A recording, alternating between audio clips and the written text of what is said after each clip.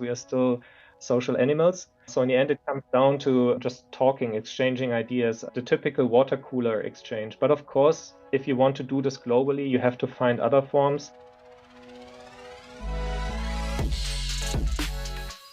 Hello, and welcome to the Partnerships podcast series by UIN. I am Baljana Razbaeva, Manager Strategic Initiatives, and your host for today. In this episode, we're joined by Jens Eichler, Hydrogen Technology and Business Architect at 3M, to explore how they nurture ideas through its celebrated 15% culture, which encourages employees to set aside a portion of their time to proactively cultivate and pursue innovative ideas that excite them. Jens shares how this approach empowers employees to pursue entrepreneurial projects, foster collaboration across departments, and even build meaningful partnerships with universities.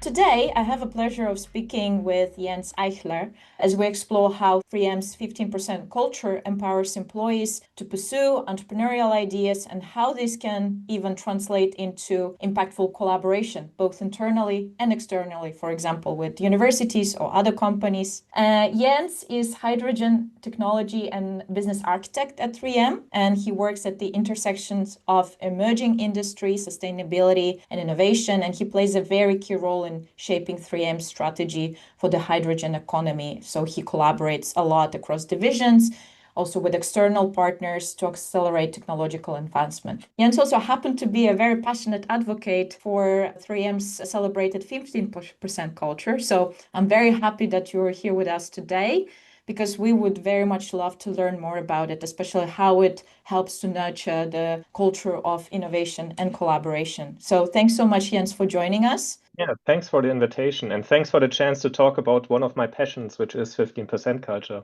That's wonderful, and indeed a very intriguing topic for us, as I know many organizations and universities and UIN members would like to learn about it. Maybe to just warm us up, we can start with a question where you can share a story of an idea that started as part of 3M's 15% time and turned into a meaningful innovation. And maybe you can also just tell us, what does it mean to have that kind of culture within the organization? Yeah, I think it's important first to understand it's not about the 15% time. It's really a culture. And the most important thing from my point of view is the personal empowerment part. So I think it's just to bring it up in the front, it's just very important that people don't have to basically ask for permission to help their colleagues. And I think that's already a very strong part of 15% culture. But if you look back into the history, we always dated back to Richard Drew, who started at 3M in the 1920s, and he was inventing the masking tape. And basically at the time, William McKnight, who's also very famous for his management principles, he more or less told him to stop working on that, but he continued in his free time, what is basically 15% time, using the assets of 3M at the time. So that's still basically the foundation of the culture. And then in the end, he invented the masking tape, which we all know nowadays. And in the history, there were a lot. So Post-it notes is another one. Multi-layer optical film is always one that I like, because it also, the founding story of that idea is also connected to Tech Forum. That's a second important part of that innovation culture. So the 15% culture gives you the personal empowerment, and then Tech Forum gives you the connections with your colleagues to make those, find those other parts of our technologies that you need to create something new. So what would you say was the most perhaps surprising or unexpected impact you've seen from your colleagues, other employees using their 50% culture sort of time? As I already pointed out, I was, as I said, it's part of Tech Forum also in 3M. That's how we exchange within the technical community. And we have also a 15% culture committee. So that's basically the 3M peer-to-peer colleagues who are supporting this culture within 3M. And while I was the chair for that for 2 years, I realized that personal empowerment part, how important that is. So it's not so much maybe what someone did, but for me, it really opened an eye when I was thinking more about it, how much of how strong it is that we, from the top down, we have this permission to basically help our colleagues. So you don't have to ask someone for permission if a colleague comes around the corner and says, hey, can you help me with something? And I think that's where a lot of those 15% stories that become success in the end have started. A colleague came around the corner, asked someone else, they exchanged some ideas, and that turned into a wonderful product for 3M in the end. So is this how the culture then practically work in a day-to-day life at 3M? Just like you described, that someone would come up with an idea, they go to a colleague, and then they can just take time to work on it together, or are there any other practicalities that usually happen as part of this process? Yeah, I think if you think about, let's say, just ideas, how ideas are generated or innovations are generated, in the end, it's a three-phase. Yeah, it's three phases. So first, you have to learn. Ideas don't come out of nowhere. Normally, ideas come from something that is already in your head. So the first important phase is learning. The second then is that you connect the things. So either yourself, you're connecting your knowledge with new knowledge, or you're connecting your knowledge with a colleague's knowledge. So that's the connection part. And then the promotion part is very important, because if you don't promote your idea, and that's also, as I said, personal empowerment, the third part is very important, because if you don't promote your idea, it will die. And there always is one person behind those 15% ideas, or maybe two colleagues who are joining forces, but someone has to promote the idea. Because very often, one of my favorite words in English is serendipity. So very often serendipity has to also be part of it, because someone has already created something in the lab because of personal interest. Maybe he already knew that it would cater a need. And then you have to find also the right moment where you bring it forward. And that's where the basically promoting your idea is very important. If you don't promote it, it will die. So that's, I think, the three phases. And in all those three phases, there's elements within our culture that help with that. I must admit, I love the word serendipity as well, especially how it, helps to connect back to the collaboration as a core of, sparking innovation and creativity. And I really like how you describe the three phases that should be part of that ideal sort of process if you look at how it starts with instigation and then follows through. But I'm wondering, because you talked about the importance of self-empowerment, but also feeling safe and maybe also motivated. So what would be the mechanisms that are in place that you would have at 3M, at the company, to ensure that employees feel safe and feel motivated to experiment and take risks? Are there any other sort of mechanisms in place that they can rely on as they go through the process? You already mentioned Tech Forum, there's a committee. So I'm just curious, what is the environment that they would work with should they pursue some of those initiatives? Yeah, so when I was thinking about our innovation culture, I gave a talk at DLR, one of the innovation forums there. And when I was preparing for that talk, one sentence just, again, this spark that sometimes happen. And what came to my mind when I was preparing for that was that I think for an innovation culture, it's important that it's supported from the top, but it's lived from the bottom up. And I think that's very much the case at 3M. So we just had a town hall, and I asked our CTO about 15% culture. So we regularly have a conversation when I'm in the US, for example, around our 15% culture, because let's say the liaison here in Europe, at least for that 15% culture. As I said, I was the chair for 2 years for all 3M. And he very much supports 15% culture. He very much supports Tech Forum. So I think there's a clear message from the top that this is part of our innovation culture. And we looked into the patent hall of fame of 3M. There's about 20 patents, and we basically saw that more than half of them were started in 15% culture. Another one fourth was greatly enhanced by 15% culture, someone making an experiment that just made a big difference in his free time. And then from the rest, we don't know. So there was not one patent in the Patent Hall of Fame where we could say, no, there was no impact of 15% culture. And that's because of the history that it already has. There's a lot of success stories already, but finding new success stories. We also have an award within the company. It's this little trophy here. So this was my 15% story award.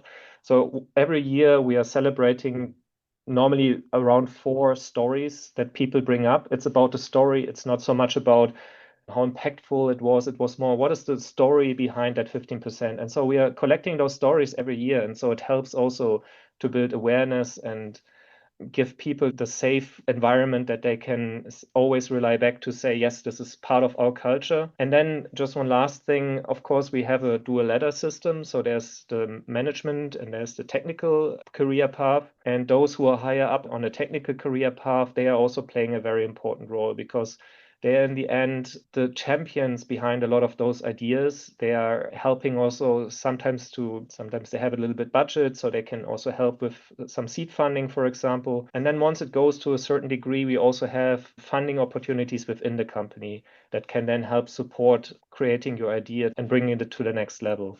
That's very interesting to hear, especially I'm thinking of it from the perspective of your company being a massive organization, and how would you even manage to keep track of all those wonderful ideas?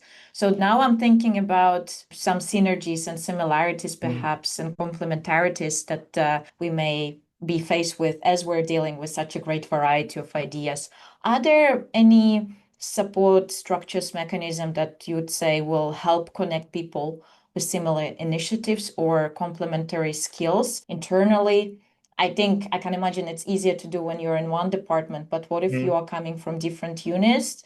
Do you have stories like that? Because I'm thinking it would also be interesting for our colleagues from universities to perhaps take an out of if they would like to further promote interdisciplinary collaboration, for example. I think one of the most important places where this is happening is Tech Forum. And Tech Forum is something that can be virtual. So we also have virtual poster halls, for example. So there's right now this week, I just came back from our, let's say, European or SAR region Tech Forum event, annual Tech Forum event. So we had poster sessions. We were meeting people from different sites. So here in the center of Europe, we have people coming from the Netherlands, people coming from Austria. We all joined basically in one location, and then you start to talk. So I think it's still coming down to very fundamental things. We are still social animals. So in the end, it comes down to just talking, exchanging ideas, the typical water cooler exchange. But of course, if you want to do this globally, you have to find other forms. I mean, travel normally, of course, also help that you make a first connection once you have that. But I was also invited sometimes, for example, to the Japanese Tech Forum event. So I could give a poster there, or also have a poster at the US Tech Forum event that is taking place later this week. And then people can start to connect. And because of that openness, so for example, I talked about those senior technical experts within 3M. They are, I mean, there's just a handful, but if you want to have a time on their calendar, they would normally not say no. So getting half an hour of that time, if you want to discuss an idea with them, that's always possible. I can give one example where I was quite successful with combining. So we, at the time, we were looking for the automotive industry for cooling materials for batteries, for automotive batteries. And when the colleagues came back from one of the OEMs, they said, okay, they want something that is conforming well with the surfaces. It should have a certain thermal conductivity and should cure fast. And so we were thinking, what's a good material? Because I'm the ceramic expert, so I know the ceramic fillers that go in there, but I needed a polymer. And so I was talking to our dental colleagues at the time in Seefeld. It's now part of it was a split, so it's now part of Serventum, but at the time we were still one company. And so even though they are, I don't know, 600 kilometers away from here, that connection was there. So they gave us some of their material, of their dental impression material. We filled it with ceramic fillers, and that's how this started, and in the end created a platform. Now you have thermal management on this table of technologies. It was not there when we started that collaboration. So it was not one of our core technologies, but because this and other programs, it then became one of the core technologies of 3M thermal management. So that, as I said, it comes down to personal connections, but because of 15% culture, because of Tech Forum, there is this general, let's say, if you're a 3Mer, it should be part of your DNA. And if it's not part of your DNA, it might be difficult, but I think there's enough 3Mers where it is part of their DNA. So it just naturally happens. Yeah, because then I can imagine that it's also easier to juggle that with some of the business priorities or strategic goals, because I can imagine that maybe not all, or would you say that all ideas usually fit into that overall strategic goal that the organization may have, or sometimes the ideas are just off and then they don't manage to get to that? As I pointed out previously with those three phases, sometimes you don't know, maybe you have an idea because, I don't know, you read something over the weekend, or you came across something maybe at a conference from a university. So there's the connection maybe to UIN. And then you think about that idea and you start something and you don't know yet what it's for. And of course, not all ideas are successful. In the end, as we all know, innovation, probably 90% of the ideas die at some point, and maybe that's even high or too low. Maybe only 5% or 1% of the ideas in the end will become reality. But you need a lot of ideas, and you learn from every idea. In the end, you normally build also on failures, and that's of course also something with 15% culture, because you can fail safely. If you don't tell anyone, no one knows maybe that you failed. but you learn something. And maybe the next time you try something, you make it a little bit better. And then at some point you realize, okay, now it's serving a real need, and then you promote it. It's part of the culture. So it's very difficult to say it's just naturally for us. I can totally see how it is connected to that. So now I'm just also wondering, now that we talk about collaboration, as of course, as you know, UIN is dedicated to the topic of university business collaboration, external engagement. So I just thought maybe we can also talk about the connection of 15% culture to collaboration with external organization. And maybe we can even see if you can tell us how does 3M support employees in collaborating across the departments, but also externally, and whether it even leads to some collaborations with universities based off that 15% culture mindset that they would have. Yes, I like the format that you showed at the conference in Amsterdam with those 5 levels of interactions between universities and corporate partners. And I think the first phase is something like just connecting. And so I think maybe in that phase, if you're just thinking about certain things and you're looking for new ideas, maybe that's one part. But as I pointed also out, and I have one of those trophies here, so we also have these internal grants. So this is called the Genesis grant. And this is already, there's two levels. So we have one level, which is more for the initial ideas, and then we have one where you already are closer to a product. And I know a few cases, without going into details, where people were leveraging these internal funding to basically fund university collaboration. Most often for us, and maybe that's one direction this can take, for the university partners, to your question, is most often it's when we need certain tests, for example. So it's very difficult for us to innovate, and then, let's say, because of IP, that's always a critical part of it, to have, let's say, too much input from a university in those early stages of a development. And therefore, I think the first thing where we can use the university collaboration easily is that with these funds that we can use that for funding testing. And I had that in one of my projects. We were looking for basically materials for liquid hydrogen storage. Hydrogen is one of my topics. And it's something that is very rare. So you don't find many institutes right now that can test at 20 Kelvin. And so we were using that funding to specifically look for institutes that can then do the measurements that we were looking for. And that in that case, we used the funding basically to get those tests. Do you want to be a part of a global community where universities, businesses, and public organizations come together to solve the world's biggest challenges? At UIIN, we equip our members with the skills, tools, and strategies they need to create impactful partnerships that drive real-world change. Whether it's upskilling your team, strengthening your institution's partnership efforts, or becoming more entrepreneurial, UIIN empowers you with the knowledge and support you need. Join us today. Visit uiin.org to find the best plan for your organization.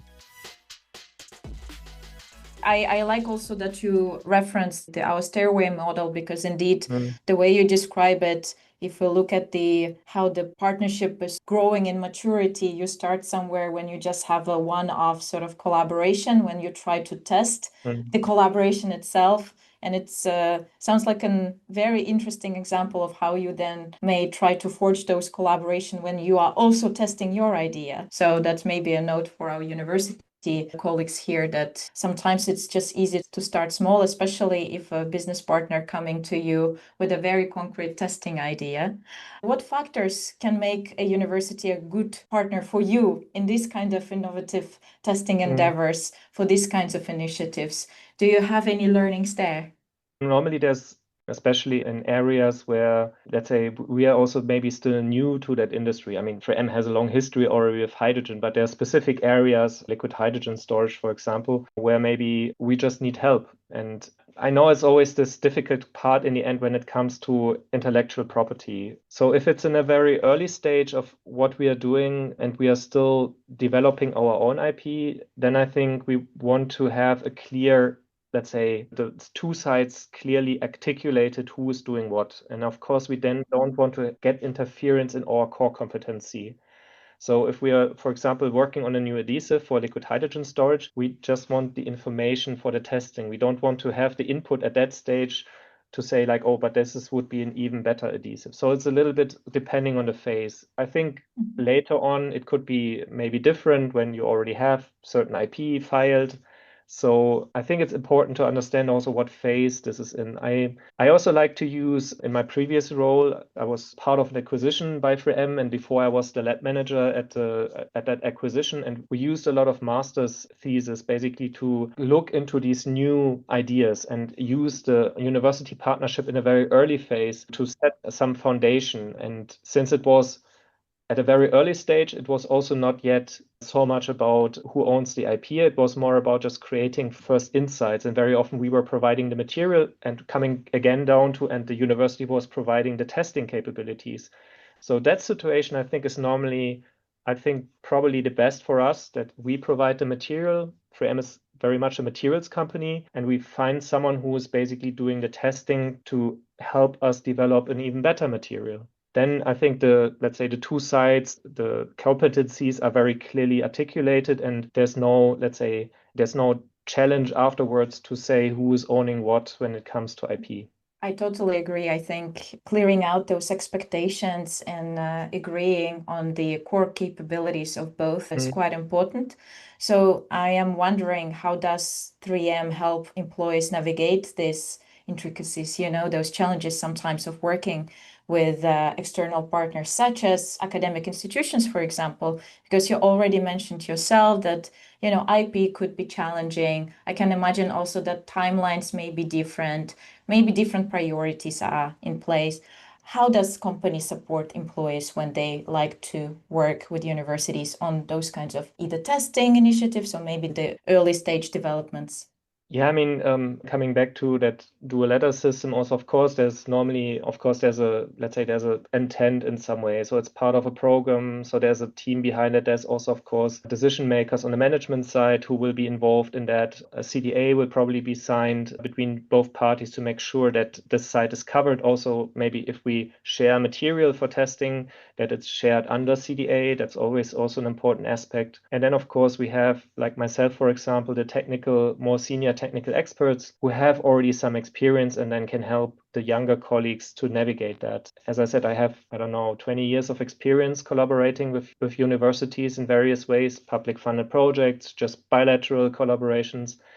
And so if a younger colleague basically comes and says like, oh, I would like to do this, I can try to help him navigate through that. So it's a combination of, your direct manager and then the more senior technical people to help do that. And of course, in the end, it still might be a decision to say no because the situation is not right. So that's maybe also something for the university partners. Just a no in this situation doesn't mean we don't like to work with you or that we might not like to work with you in the future. It's maybe just in this moment, it's not the right situation. Maybe we cannot fully articulate why.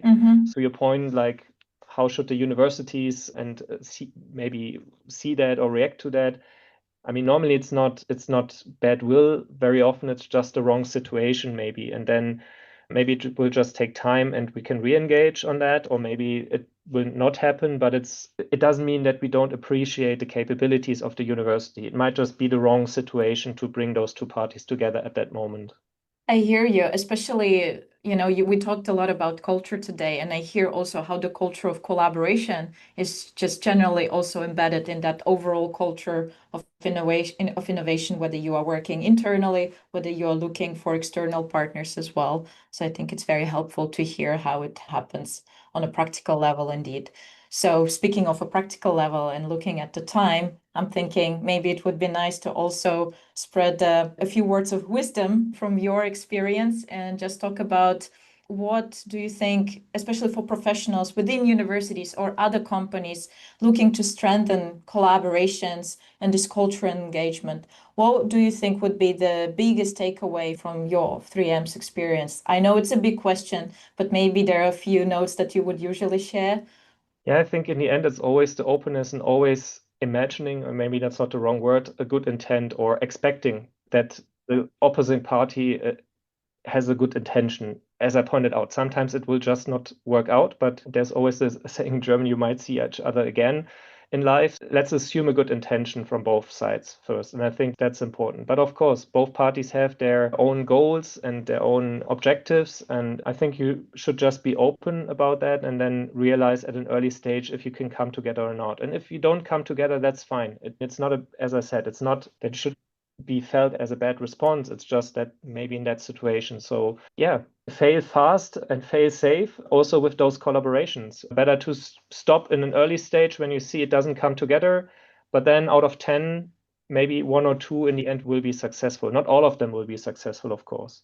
Indeed, just like with the ideas, you need to nurture them and the relationships too. So you got to start small. And this is what I really like about the narrative that you were providing us today. So thank you so much, Jens. It was great to learn from you. And also for our audience here, we have a range of more long-form events such as workshops, how-to sessions, as well as training programs where you can learn practical skills to apply in your work directly. And UN members get complimentary access and discounts on these services. So make sure to check out our website on that. And Jens, thank you so much again for your contribution to this. And I look forward to catching up soon. Yeah, thanks. Thanks for the invitation. Thanks a lot, everyone. Goodbye. Bye-bye. Thank you for listening to today's discussion. Follow UIN on LinkedIn, and if you are enjoying our podcast, make sure to subscribe, rate, and review in your podcast platform of choice to help other people find this content too.